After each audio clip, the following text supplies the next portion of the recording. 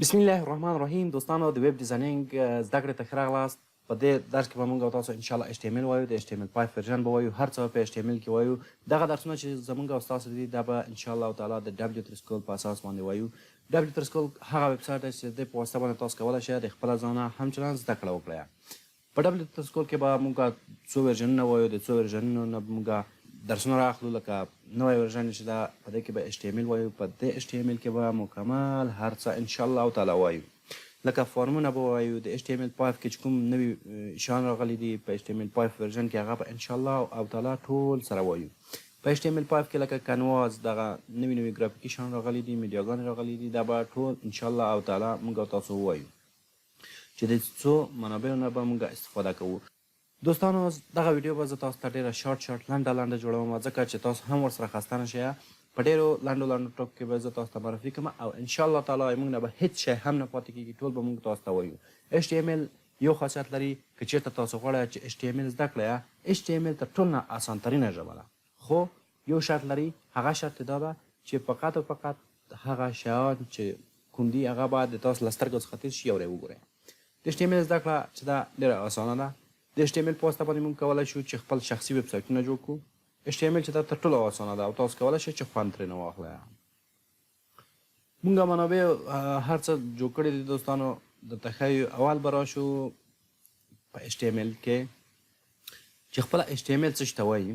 دلته موږ راکړې ده چې خپله HTML څه شی ده. HTML چې دا د هایپر ټکسټ مارکاپ لنګویج څخه اخیستل شوی ده، دا مخفف ده.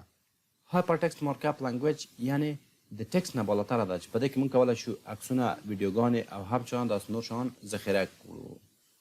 دوستانو راځو د ډېره توضیح نه تېرېږو. HTML مو وویلی چې د هایپر ټکسټ مارکاپ لنګویج څخه اخیستل شوی. د HTML په واسطه باندې موږ کولی شو چې الکترونیکي صفحې جوړې کړو چې هغه په ورلډ واید ویب باندې وښودلی شي، یعنې په ویب سایټ په د نړۍ په سطحه باندې په هر ځای کې کولی شو چې هغه وګورو. د ویب سکرپټینګ لنګویج چې دي په دوو برخو باندې ویشل شوي دي، لکه کلاینټ سایډ لنګویج چې په هغې کې شامل ده HTML ده پکې، CSS ده پکې او همچنان جاوا سکرپټ ده پکې، چې دغه چې دي په کلاینټ سایډ کې همدغه درې ژبې دي، نورې ژبې نشته پکې. لکه HTML چې دا رقیب نه لري، د HTML باندې بله ژبه هېڅ نه راوځي او نه راوتلې ده. په کلاینټ سایډ کې فقط او فقط همدغه مهمه ده چې تاسو یې ووایه. بل دا دوستانو سرور سایډ لنګویج لکه PHP ده او داسې نورې لنګویج دي، پایتون ده. دا کې چې دا سرور سایډ ده، کلاینټ سایډ ژبه هغه ده چې کمپیوټر کولی شي، کمپیوټر براوزر کولی شي چې هغه تاسو ته انټرپریټ کړي، ایکسیکیوټ یې کړي. او سرور سایډ ژبې چې دي هغه کمپیوټر نشي کولی، کمپیوټر هېڅ نشي کولی چې هغه تاسو ته اجرا کړي. نو تاسو څه ته ضرورت لرئ؟ سرور ته ضرورت لرئ. لکه د مثال په شکل باندې د کلاینټ ژبې چې دي خپله کلاینټ یې کولی شي چې اجرا یې کړي، د سرور ژبې چې دي سرور یې کولی شي چې اجرا یې کړي. که چېرته تاسو غواړئ چې سرور سایډ ژبې په خپل کمپیوټر کې رن کړئ، انټرپریټ یې کړئ، نو تاسو وامپ ته ضرورت لرئ یا زمپ ته ضرورت لرئ یا همچنان خپله واقعي سافټویر ته ضرورت لرئ. دوستانو دغه خپله HTML د لومړي ځل لپاره د ټیم بربرس لی په واسطه باندې ډیولپ شو په 1991 کال کې. او خپله HTML چې ده دا یو پروګرامینګ لنګویج نه ده، دا مارکاپ لنګویج ده، د علامت ګذارۍ لنګویج ده، د علامه کولو د مارک کولو لنګویج ده.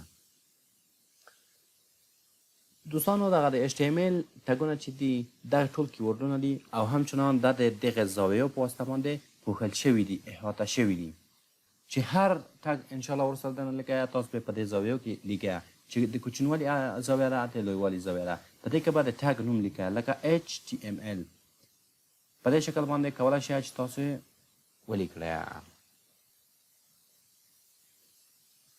دوستانو بغیر د HTML نه موږ ته د براوزرونه نشي کولی چې پوه شي چې موږ ته دغه ټکسټونه او ایمیجونه او شیان په کوم شکل باندې په کوم کیفیت باندې وښیي. دوستانو د ټګونو په باره کې به نور معلومات هم انشاءالله تعالی درکړو په راتلونکي درسونو کې. وروسته دوستانو د دې نه د HTML د ټګ په باره کې خبرې کوو. په HTML کې دغه ټګونه چې دي معمولا دا یې سینټاکس ده. سینټاکس څه ته ویل کېږي؟ سینټاکس خپله قانون ته ویل کېږي. دا قانون ده. په HTML کې تاسو ټګونه لیکئ په دې شکل باندې ولیکئ. زاویه د کوچنیوالي زاویه، وروسته د هغه نه به د ټګ نیم لیکئ د ټاګ نیم هم چې کله ولیکلو د هغې نه به وروسته اټریبیوټ لیکئ. اټریبیوټ چې ده یعنې مشخصه ځانګړتیا.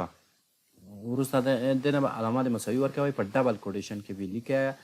په ډبل کوډیشن کې همچنان په سنګل کوډیشن کې تاسو حق اجازه لرئ چې په سنګل کوډیشن کې ولیکئ. د هغې نه به وروسته والیو لیکئ، قیمت پې لیکئ د دې.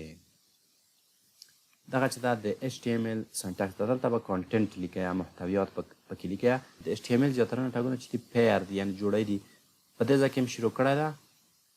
محتویات یعنې محتویات هر څه چې غواړو لکه ټکسټونه چې غواړو په دې ساحه کې لیکو. وروسته له دې نه مونږ دا بندوو.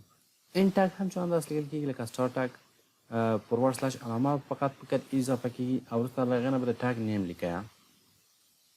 د ټاګ نیم هم چې ولیکلو او دوستانو په یاد ولرئ چې د ایچ ټي ایم ایل پراپرټي یا اټریبیوټونه همیشه په سټار ټاګ کې لیکل کېږي، په ان ټاګ کې نه لیکل کېږي.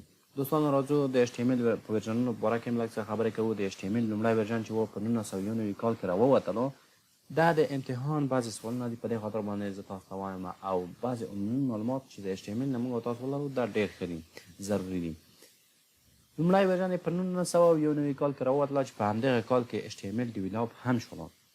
وروسته له هغې نه ایچ ټي ایم ایل ته تاسو فکر وکړئ هر ورژن چې دا 2 کاله سره تفاوت لري. وروسته په 93 کې بل راووتلو، 95 99 99 کې بل راووتلو او په 2000 کال کې چې یو ورژن راووتلو هغه د ایکس ایچ ټي ایم ایل په نامه باندې یاد شولو. هغه نسبتا د ایچ ټي ایم ایل نه چې و لږ سختګیره و.